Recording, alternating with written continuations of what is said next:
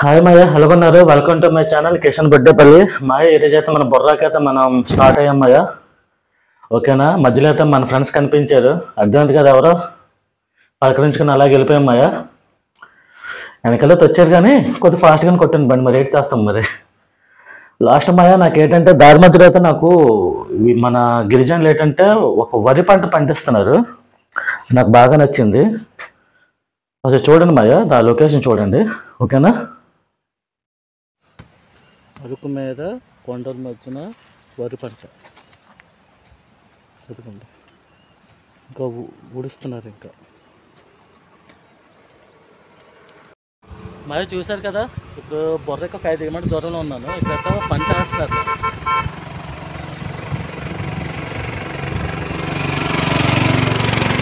మొత్తం వరి పంట వేస్తున్నారు, ఇదంతా మొత్తం వరి వేస్తున్నారు. వీళ్ళకి వాటర్ ఎలాగ వస్తుందంటే మొత్తం వర్షపు నీరట, ఆ కొండ మీద నుండి కూడా వీళ్ళకి వాటర్ సప్లై అనేది అవుతుందట. మరి ఈ వాటర్ ఉంది కదా, అది మొత్తం కొండ మీద నుండి వాటర్ సప్లై అవుతుందట మాయ. ఇప్పటికైతే మొత్తం వరి పంట వేస్తున్నారు. లొకేషన్ బుర్రపాడే మాయా. అదే మాయ, ఈ స్పాట్ ఏంటంటే మనకి బుర్ర ముందు ఉంటుంది అంటే తెలిసే ఉంటుంది, చాలా వాటర్ తక్కువ వస్తుంది మాయ. ఓకేనా? మా ఊటి నవ్వించేస్తున్నాడు, వాటర్ అయితే ఎక్కువ వస్తుంది, పైన వర్షం పడినట్టు ఉంది మాయ. మీకు కామెంట్ చెప్తున్నా, మా వాడు ఇంట్లో తెలియకుండా నాతో పాటు వచ్చాడు మా. ఓకేనా? ఉన్నాడు, పైకి ఎక్కిస్తాను. మా వాడు ఇంట్లో తెలియకుండా నాతో పాటు వచ్చాడు. చూడు అలా చూస్తుంది, వాడి గురించి చెప్తున్నాను. అదేంటంటే వాడికి రికార్డ్ చేయకూడదట, వాడు వాయిస్ కూడా రికార్డ్ చేయకూడదట. మెయిన్ భయం ఏంటంటే ఇంట్లో వచ్చినందుకు కాదు, ఆడి పళ్ళని తంతులు తెలుస్తుంది.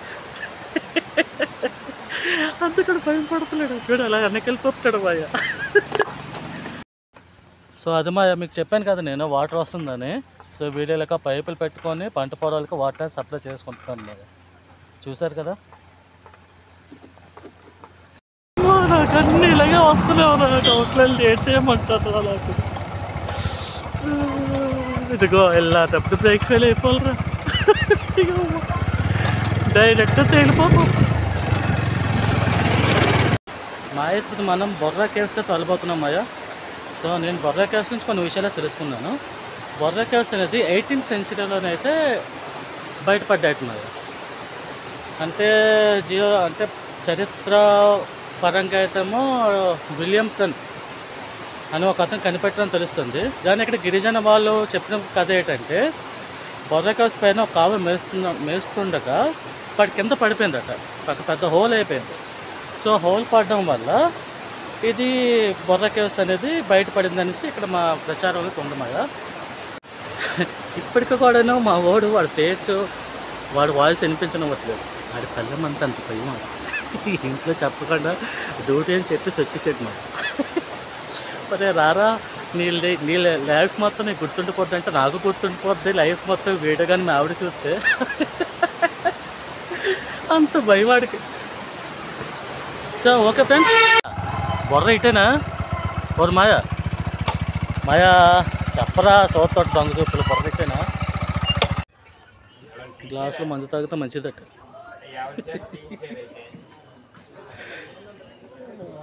₹100, ఆ పెద్ద గ్లాస్ అయితే 120. బొర్రలో ఒక రాడకి ఏంటంటే మాయ ₹10 టికెట్ ఎట్టాడు కొత్తగా బొల్లకి. సో మాయ బొర్రా కేవ్స్కి అయితే 1992 నవంబర్ 21న కరెంట్కి అంటే కరెంట్ పాసింగ్కి శంకుస్థాపన అయింది మాయ. ఇంతకు మించి మనకేం తెలియదు, అక్కడ ఉంది కాబట్టి చదివేశాను. సో ఇంకా మన టాలెంట్కి ఎందుకనేసి ఒక గైడ్నెతో మాట్లాడుకున్నాను మాయ. అతని పేరు రాజు గారు. 30 years ఇండస్ట్రీ కాదు 30 years ఎక్స్పీరియన్స్ అన్నమాట మాయ. ఈ మన రాజుగారు చెప్పిన ప్రకారం ఏంటంటే మాయ, బొర్రా గుహలు అనేది 150 మిలియన్ల సంవత్సరాల క్రితం సహజ సిద్ధంగా అయితే ఏర్పడిందట మాయ. ఓకేనా? మాట అనేది నాకైతే మైండ్ బ్లాక్, బుర్ర పాడైపోయింది మాయ. గేట్ నాకు నోట్లో అయితే మాట అయితే రాలేదు.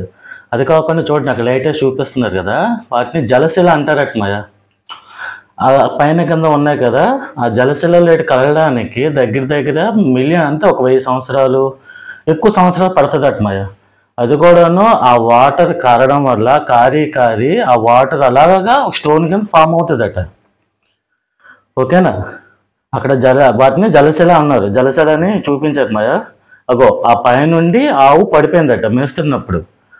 ఆ మేస్తున్నప్పుడు పడిపోవడం వల్ల ఏంటంటే అప్పుడు ఈ బొరగృహలు బయటపడ్డాయి. ఇంకోటి ఏంటంటే చూడండి, మార్బుల్ చూపించారు కదా, ఇది ఏంటంటే చాలా కాస్ట్లీ అట, క్రిస్టల్ మార్బుల్స్ అట మాయా.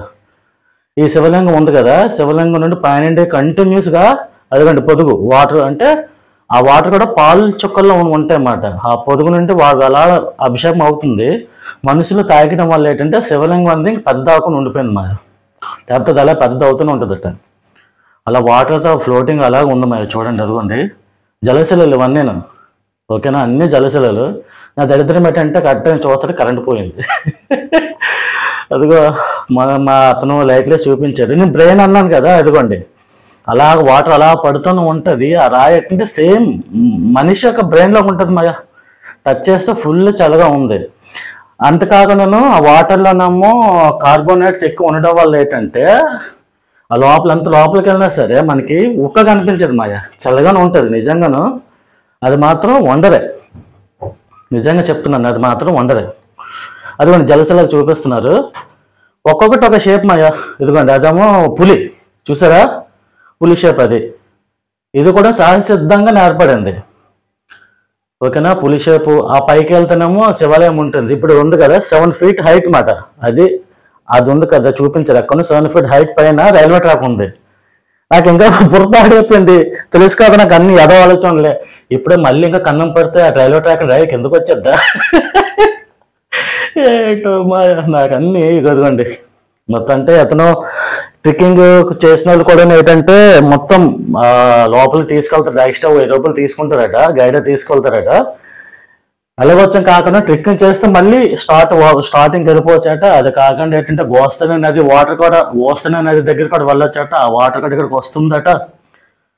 ఓకేనా సార్? ఇదిగోండి క్రిస్టల్ మార్బుల్స్ అవి చూసారా? క్రిస్టల్ మార్బుల్స్ అంటే చాలా కాస్ట్లీ అట మాయ, చాలా కాస్ట్లీ అట. వైట్ మార్బుల్, అదిగోండి వైట్ మార్బుల్. అన్ని ఖనిజాలు మాయ, అన్ని ఖనిజాలు కలిసి ఉంటాయి మాయ. అన్ని ఖనిజాలు ఏంటంటే కలిసి ఉన్నాయి, సహజసిద్ధంగా అలా ఉండిపోయాం. ఇంకా ఇవేంటంటే చూపిస్తున్నారు. అదిగోండి జలశిల.